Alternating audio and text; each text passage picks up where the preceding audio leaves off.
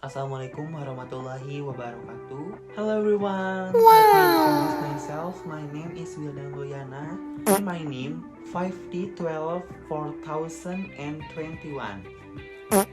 I know I will carry out my mission. Previously, this tag always caused me to overthinking. By the way, my hobby is watching JKT48 theater in TikTok. I want you, I want you, I need you, I need you, I love you, I love you. Tidaklah pernah Yo, stand up! Keras berbunyi irama nyuciku. Every hero of passion.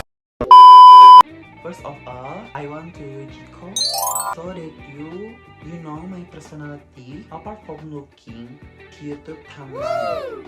So, si pecinta alam yang suka ngambil hal semuanya aku, wih. Halo semuanya, selamat sore. Gadis koleris yang suka berimajinasi terangnya hari. Dengan senyum karamelku. Hai semuanya, namaku Freya. Terima kasih. Kak Freya. If you to become fluent in English this year, you need a plan. My name is Michelle, an English communication coach. It's my goals to help you speak English confidently, fully, and fluently. In this video, I'm going to tell you why you need a plan when learning English and how you can create one. I'm also going to give you 7 different language learning techniques which you can use to help you improve your English more quickly and efficiently. I know when it comes to learning English, it can seem like there's a lot of information out there, too much information. It can be really overwhelming, and often you don't know where to start. But don't worry, this video I'm going to be very specific and tell you everything you need to know to create your own custom study plan. Now we talk about how to do this. I want to talk about why you need a plan.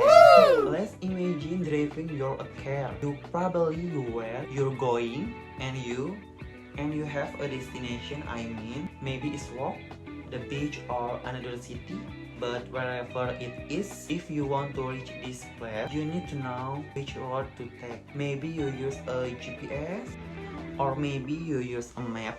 But before you start driving, you figure out which path you're going to take and you how can reach your destination. Learning English is not different. In this case, your goal is a fluency or a C2 level. Well, this is we need to talk about how to create a plan. Everybody plan when learning English with will be slightly different, and the reason for this is everybody has different need. Maybe you're learning English to get a better job, or maybe you've just moved to US or the UK and you want to improve your fluency to fit in and sound more like a native speaker. Now, how do you figure out what your needs are? All you need to do is ask yourself the question, why I am learning English?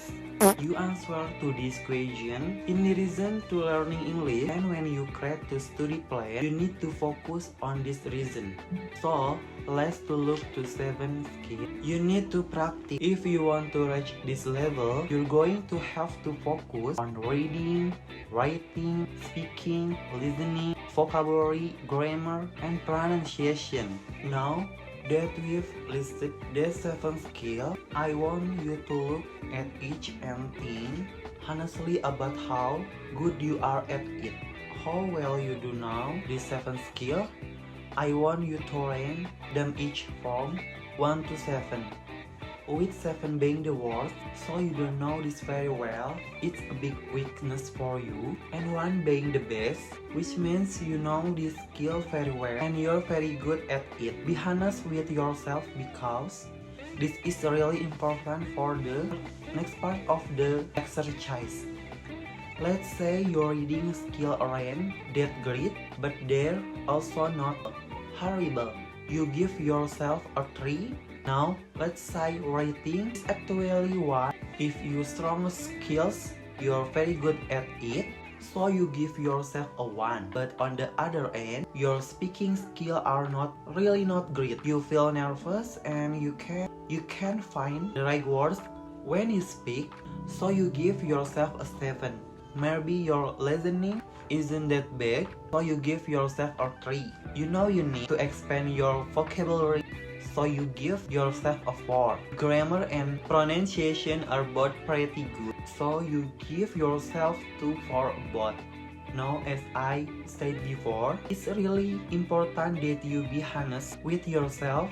Knowing your strengths and weaknesses is really the only way you can actually improve. So now you're probably thinking, Michelle, I have the 7 numbers. What's the point of this? What do I do now? Well, this is where the magic happens. I want to look at this bank schedule. We have 7 days of the week and 7 different rows. Each of our numbers you choose represent how often you're going to practice that skill per week. So you gave yourself a 3 for reading. You could on this on Sunday, Wednesday, and Saturday.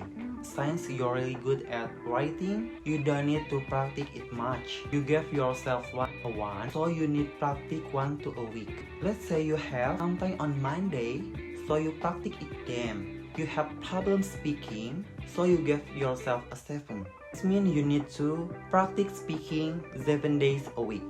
Maybe that's enough for now. If there are many mistakes, please forgive me. Thank you so much. Wassalamualaikum warahmatullahi wabarakatuh. Izinkan kami untuk mengucapkan salam sekali lagi. Seno.